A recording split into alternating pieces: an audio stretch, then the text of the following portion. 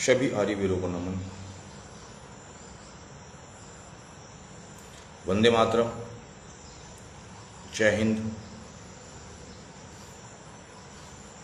आज मैंने अपनी जो वीडियो के ऊपर शब्द लिखा है दर्पण, ये दर्पण शब्द आपके लिए नहीं अपितु मेरे लिए भी है। ये दर्पण शब्द हर आर्यव्रत में रहने वाले, भारत में रहने वाले हर समुदाय, हर जाति, हर उस व्यक्ति के लिए है जो इस देश में अपने आप को इस देश का अभिन्न अंग कहता है, जो सरकारों से बहुत सारी अभिलाषाएं रखता है, जो समस्याओं को सुनने और सुनाने में रुचि रखता है। क्योंकि जो समस्याओं को सुनने और सुनाने में रुचि रखता है वो शायद ही कभी समस्याओं के निष्कर्ष निकालने में अपना समय व्यतीत करता हो। देश में दो तरह के लोग रहते हैं, एक जो समस्याओं को सुनते हैं और समस्याओं पर विचार कर कर उनका हल निकालते हैं, बिना समस्याओं के बारे में चर्चा करते हैं और ना ही समस्याओं का व्याख्यान करते हैं। दूसरे जो समस्याएं सुनते हैं और समस्याएं सुनने के बाद में उनको एक अंदरूनी पक्ष और विपक्ष के भाव उत्पन्न होते हैं और वे बाद में उन्हीं समस्याओं को आके अपने शब्दों में व्याख्यान देते हैं। सर्वप्रथम तो हमको ये देखना होगा कि हम दोनों ही श्रेणियों में से किस श्रेणी में आते हैं। सरकारों को दोष देना, प्रशासन को दोष देना, सरकारी स्कूलों में पढ़ाई नहीं हो रही है, सरकारी स्कूल ढांचे बन चुके हैं, सड़कें टूट चुकी हैं, लाखों रुपए, लाखों करोड़ रुपए सरकार टैक्स के रूप में लेती है, वो हमारे लिए क्या कर रही है। अनेकों अनेकों समस्याएं हमें सरकार से रहती है। सरकार हमको रोजगार नहीं देती, हमको ये नहीं मिलता, हमको वे नहीं मिलता। ये समस्याएं सरकारों से द्वारा ही नहीं अपितु धर्म में भी है। मंदिर जाते हैं कि हे परमेश्वर, हे भगवान, मेरे बच्चे की सरकारी नौकरी लगवा दे, मेरे को धन संपदा दे दे, मेरे शत्रुओं का विनाश कर दे, मेरा ये कर दे, मेरा वो कर दे। मुसलमान जाते हैं कि अल्लाह मुझे ये दे, मुझे जन्नत दे, मुझे 72 हूर दे, मुझे जन्नत में शराब के दरिया मिले, पूरा राष्ट्र, पूरा विश्व इस्लाम धर्म को अपनाए। सबकी अपनी अपनी समस्याएं हैं। मंदिर जाओ या मस्जिद जाओ या गुरुद्वारे जाओ, वहां भी समस्याएं। सरकार आएगी, वहां भी समस्याएं। गांव का विधायक हो, वहां भी समस्याएं। एमपी बने, वहां भी समस्याएं। विधायक बने, वहां भी समस्याएं। सुनने में आनंद भी आता है। इस्लाम धर्म में ये कमियां हैं, मोहम्मद ने इतनी शादियां की थी, ईसाई की माँ, यीशु की माँ ऐसी थी, यीशु की माँ के पति का वो फरिश्ते ने जन्म लिया था यीशु ने, ईसाइयों में ये है, मुसलमानों में ये है, हिंदुओं में ये है। एक दूसरों के आलोचना करने की भी एक बहुत ही अलग ही आनंद अनुभव करते हैं हम। किंतु क्या हमने कभी इन समस्याओं में, इन आलोचनाओं में अपने घर पर लगे दर्पण में अपना चेहरा, अपना अश्क देखकर एक पल भी ये सोचा कि इन समस्याओं, इन आलोचनाओं में हम तो कहीं केंद्र में नहीं हैं, हम तो कहीं इस समस्या का मूल कारण नहीं है, इन आलोचनाओं का मूल कारण नहीं है। कहीं ऐसा न तो नहीं कि समस्याएं और ये आलोचना हमारे ही अस्तित्व से निकल कर चली हो। समय ही नहीं है। वो कहते हैं ना कि दुनिया बड़ी खराब है, तो जब भी हम दुनिया को खराब बताते हैं तो दुनिया को एक गोल सर्किल में ले लेते हैं, गोल घेरे में ले लेते हैं और उस घेरे से अपने आप को बाहर खड़ा कर लेते हैं और कहते हैं कि दुनिया बड़ी खराब है, क्योंकि हम उस समय बोलते वक्त उस दुनिया का हिस्सा नहीं होते। ये हमारी मानसिकता है कि हम उस दुनिया का हिस्सा अपने आप को नहीं मान रहे, किंतु उस केंद्र में हम खड़े हैं। प्रत्येक व्यक्ति जब भी किसी दायरे के, समाज के दायरे को बनाता है तो वो देखता है कि मैं इस समाज से अलग हूं, समाज बहुत खराब है, समाज में बहुत भ्रष्टाचार है और मैं इस बात को कह रहा हूं। किंतु हकीकत ये है, सत्य ये है कि वो व्यक्ति, प्रत्येक व्यक्ति इस भ्रष्टाचार, इस समस्या और इस आलोचना का जनक है और वो केंद्र में ही खड़ा है। सब कुछ उसके चारों तरफ है, वो स्वयं केंद्र में खड़ा है।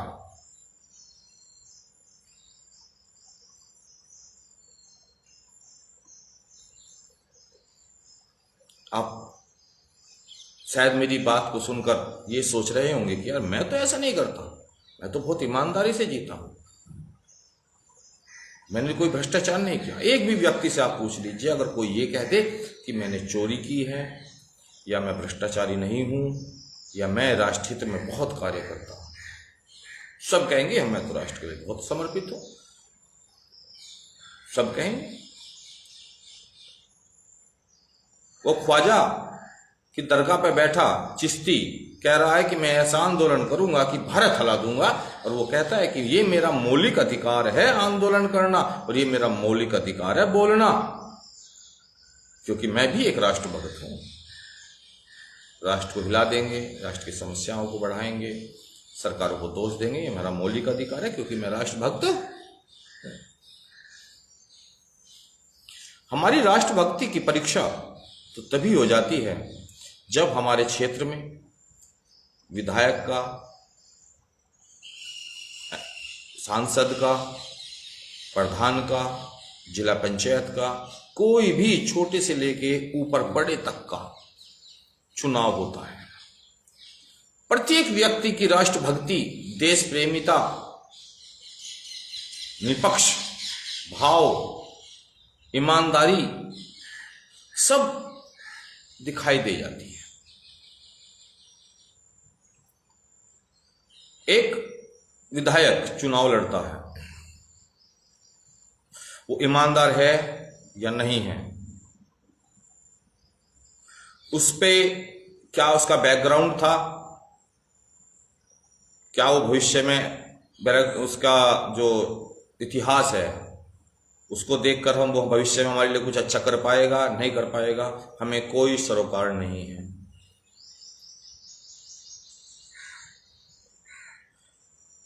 क्योंकि आप देखिए कि चुनाव आयोग द्वारा, मैं उदाहरण देता हूं कि एक निर्धारित उदाहरण है, कोई सीमा मुझे के नहीं मालूम कि इसकी कितनी धनराशि निर्धारित होती है।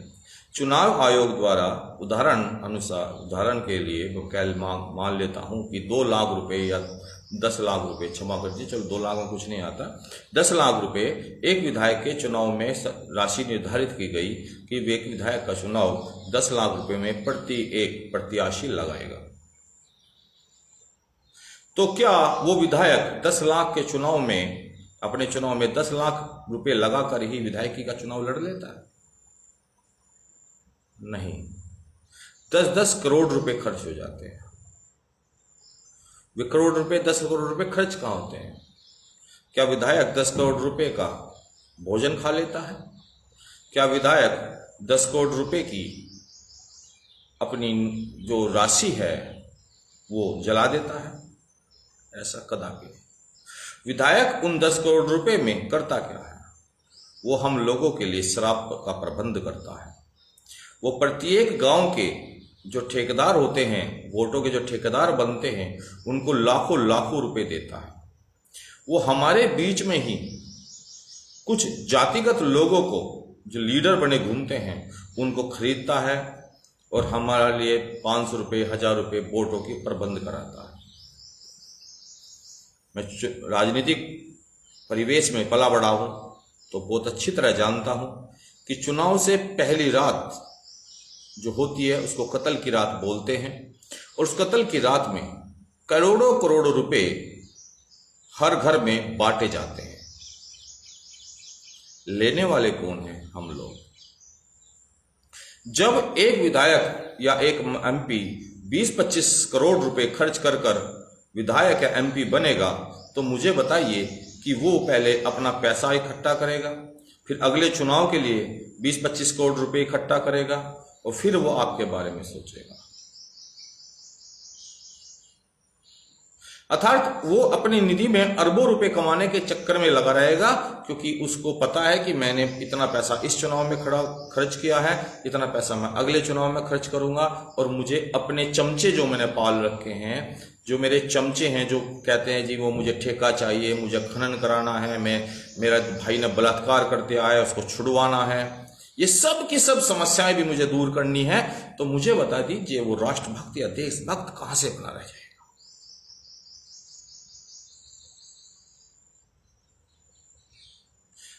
आप एक बात बहुत अजीब लगेगी आपको, इस देश में जो भी समस्या है वो धर्म संबंधित हो, भ्रष्टाचार संबंधित हो,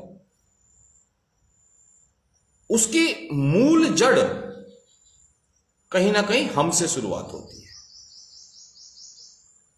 अप्रत्यक्ष रूप से ही सही, किंतु देश के इस भ्रष्टाचार, इस गिरती हुई अर्थव्यवस्था का मूल कारण कहीं ना कहीं हम स्वयं हैं। हम जड़ हैं इस पूरी भ्रष्टाचार के। आपके ही गांव से कोई चमार की लड़की ब्राह्मण समाज के साथ भाग जाती है, तो पूरा समाज, भीम आर्मी, सब चमारों में जितने भी संगठन हैं, ये सब इकट्ठे होकर आंदोलन करेंगे। दूसरा, जाट, कश्यप, सब बिरादरियां चुप रहेंगी। क्यों? समाज में जो बेटी भागी वो मात्र एक समुदाय की है, एक जाति की है। बेटे तो सबके हैं। और वो आंदोलन करने की भी आवश्यकता क्यों पड़ रही है? क्योंकि जो भगाने वाला ब्राह्मण है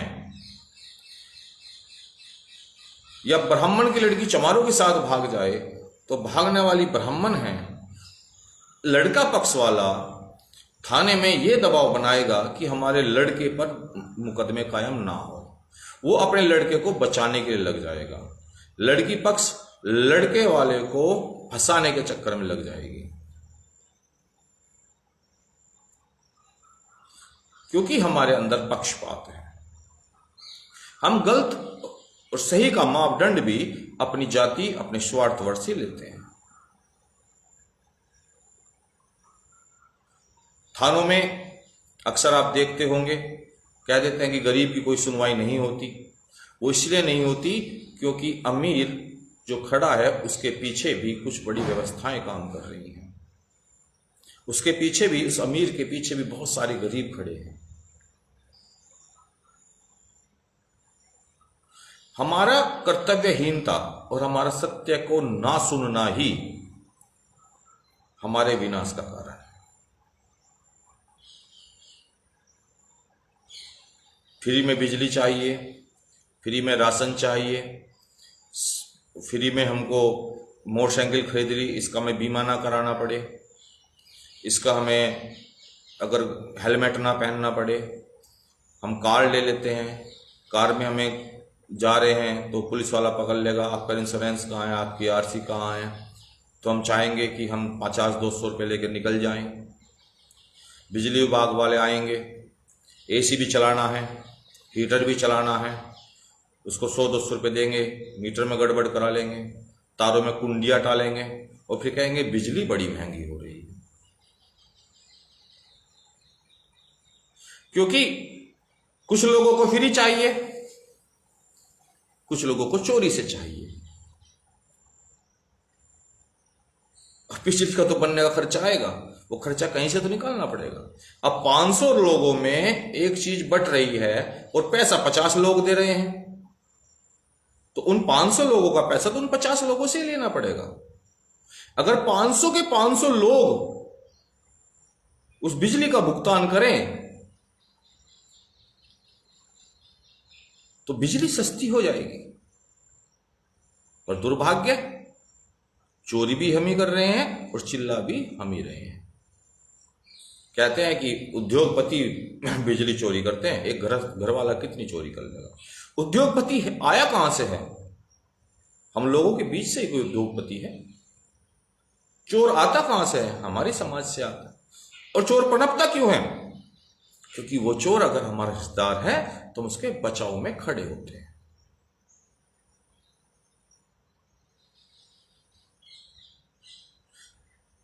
ये समस्याएं हैं और इन समस्याओं का मूल कारण हम आम नागरिक हैं। हम अपने क्षेत्र में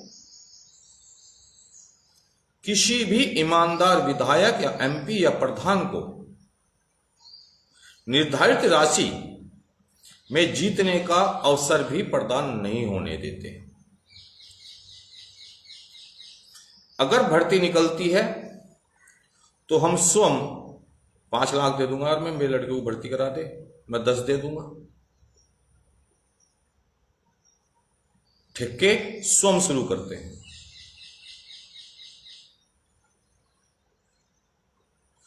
हम स्वयं लोगों की योग्यता नहीं, उनकी पहरावा, उनकी लंबी गाड़ियां, ये देखकर निर्णय लेते हैं कि ये व्यक्ति समाज में क्या मान्यता रखता है।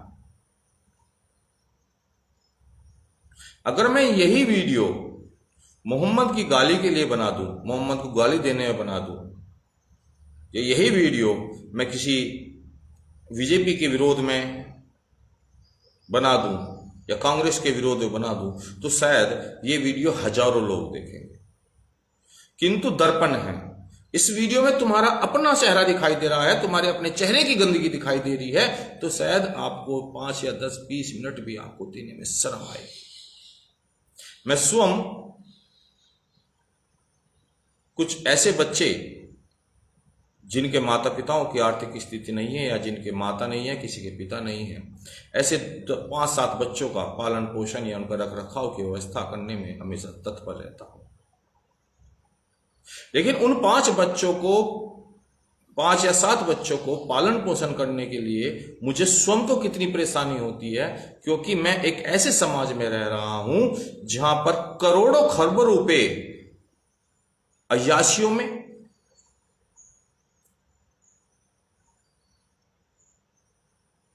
धर्म के नाम पर मारकाट में,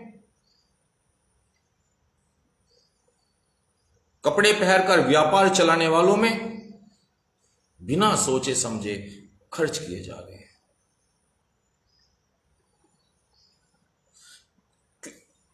धार्मिक हो या राजनीतिक हो, दोनों ही भ्रष्ट होते जा रहे हैं, और दोनों ही का भ्रष्टाचार का कारण हम स्वयं हैं। हम लोग सवाल पूछते हैं, मैं आप लोगों से सवाल पूछता हूं, चलिए मुझे बताइए कि आज सरकारी स्कूलों में कहीं हजार रुपए लेकर तनख्वाह प्राप्त कर सरकारी स्कूलों की स्थिति ऐसी क्यों है? बहुत लोग कहेंगे सरकारों की गलती है। सरकार तो टीचरों को पैसा दे रही है, टीचरों की गलती है। टीचर आते कहां से? अध्यापक आते कहां से? अध्यापक आपके हैं, मेरे भाई बहनों में से एक हैं। मेरा भाई अगर अध्यापक लग जाता है तो मैं चुप, मेरा भाई अध्यापक नहीं है तो मैं, अरे सरकारी स्कूल तो ऐसे हैं, सरकारी स्कूल तो ऐसे हैं।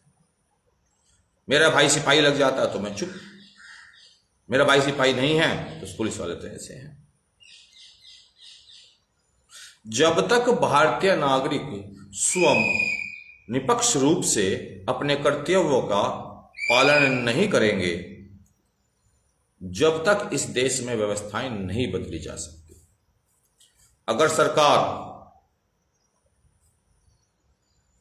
अल्पसंख्यक समुदाय को 5020 करोड़ रुपए इसी प्रकार बांटती रही, इसी प्रकार आरक्षण के नाम पर, इसी प्रकार फ्री राशन के नाम पर हम लोग सरकारों के अधीन रहे, बिजली फ्री, किराया फ्री, ये फ्री वो फ्री, तो तो हम कभी भी कर्तव्यवान नहीं बन सकते। अगर आज सरकार अल्पसंख्यक समुदाय का बजट बंद कर दे तो मैं आपसे लिखित में देता हूं, मुस्लिम के साथ साथ बहुत बड़ा हिंदू समुदाय सड़कों पर उतर जाएगा, कांग्रेस उतर जाएगी, लोकदल उतर जाएगी, मुलायम उतर जाएगा भाईचारे के नाम पर, और फिर कहते हैं कि हो देश तो घाटे में जा रहा है। एक IAS-PCS के घर से कई सौ करोड़ रुपए की प्रॉपर्टी निकलती है।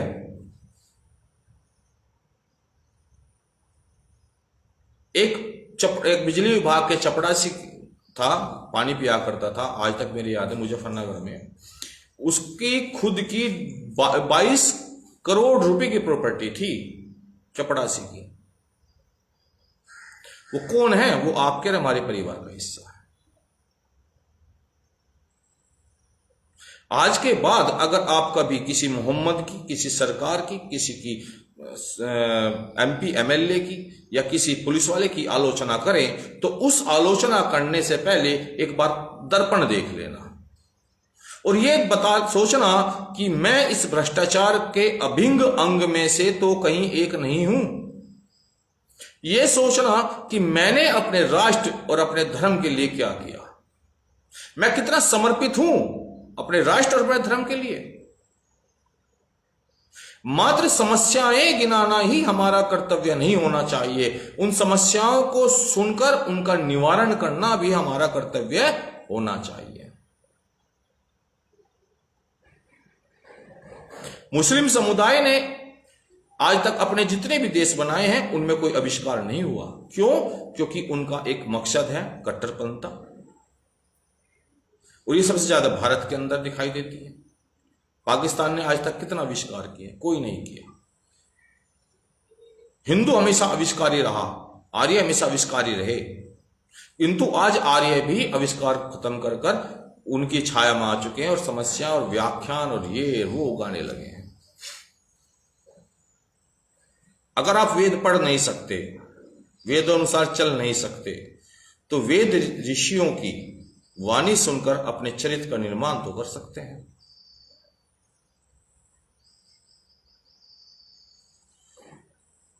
दर्पण बड़ा आवश्यक है आपके लिए, मेरे लिए।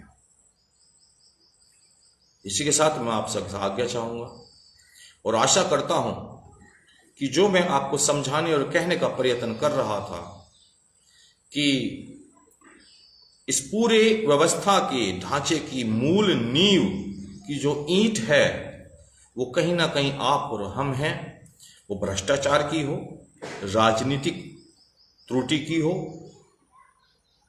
आप समझ भारत में, विश्व में जितनी भी समस्याएं उत्पन्न हो रही हैं, वेश्यावृत्ति से लेकर भ्रष्टाचार, जितनी भी समस्याएं उत्पन्न हो रही हैं, उसका जो कनेक्शन है, उसका जो करंट है, उसका जो बीज है, वो कहीं ना कहीं आपके और मेरे ही नजदीक से होकर निकल रहा है। और उसका जो धरती है, उसे पोषक देने वाले जो ऊर्जा है, वो कहीं ना कहीं आप और हम दे रहे हैं। ये आत्मचिंतन का विषय है। ये आत्मचिंतन का विषय है कि हम कितने सही हैं। मेरे एक मित्र हैं सचिन, एक दिन उन्होंने मजाक में ही सही लेकिन कही बहुत अच्छी बात थी। उसने कहा था मुझसे कि भैया, जब हम पढ़ा करते थे कि भाई जो व्यक्ति अपना घर सुधार लेता है वो गांव सुधारने लायक हो जाता है, और जो अपना गांव सुधार लेता है वो ग्राम पंचायत सुधारने लायक हो जाता है, और जो ग्राम पंचायत सुधार लेता है वो अपना विधायकी क्षेत्र सुधारने लायक हो जाता है। जो विधायकी क्षेत्र सुधार लेता है वो प्रदेश सुधारने लायक हो जाता है, और जो प्रदेश सुधार लेता है वो देश के सुधारने लायक हो जाता है। अर्थात सुधारना आज भी अपना घर ही है। पहले अपने घर की सफाई करें, जाले हटाएं, जो गंदगी है उसको निकालें, फिर उस गंदगी को बाहर मत फेंके सड़क पर, फिर सड़क की सफाई करें। मैं सोचता हूं कि हे परमेश्वर, मेरे परिवार को सुख शांति दे, मेरे परिवार को सात्विक बुद्धि दे, हे परमेश्वर मेरे परिवार को संपन्नता दे, ये सी हम प्रार्थना मंदिर में जाके करते हैं। लेकिन एक मोहल्ले में 50 घर है और मैं कह रहा हूं कि मेरे परिवार को सुख शांति दे, और उस जो 100 घर हैं, क्षमा चाहता हूं, जो 100 घर हैं उनमें से 99 घरों में अशांति है, रोज झगड़े होते हैं, दारू पी जाती है, मारपीट की जाती है, गंदगी है, सरहद आती है, बहुत बदबू आती है, तो आपका घर खुशबू से कैसे भरा रह सकता है?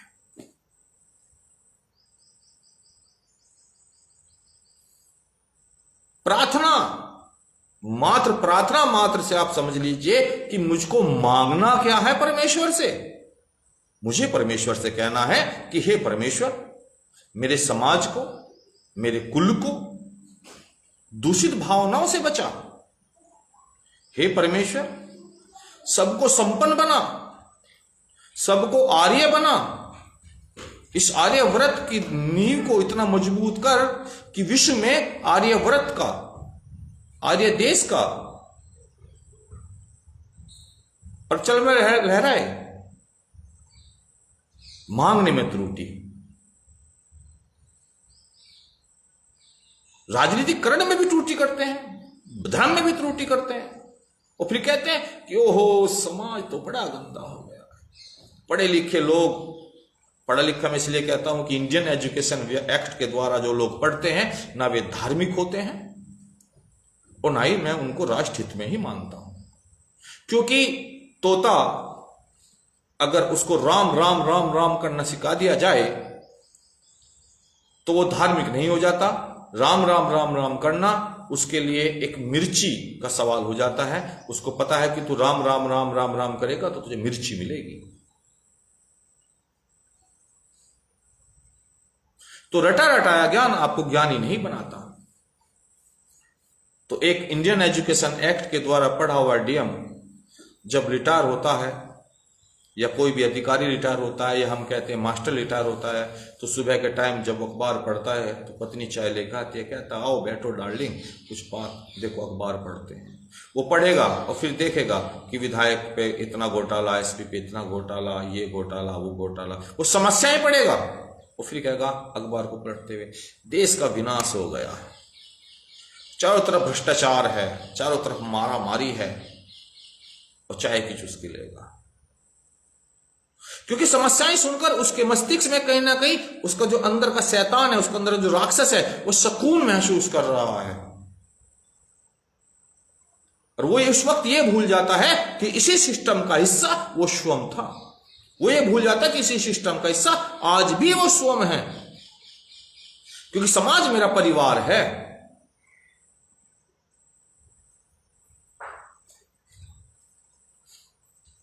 अपने घर के दर्पण को मात्र बाल बहाने या दाढ़ी ठीक करने या माथे पे बिंदी या कुंडल ठीक करने का प्रयोग में ही ना लें। उस दर्पण में अपनी आंखों में आंखें डालकर यह भी देख लें कि मेरे अंदर के चरित्र की कितनी सफाई हुई है। आज अपनी कमियों को जाने। इसी के साथ वंदे मातरम, जय हिंद, जय आर्यव्रत, ओम नमस्ते।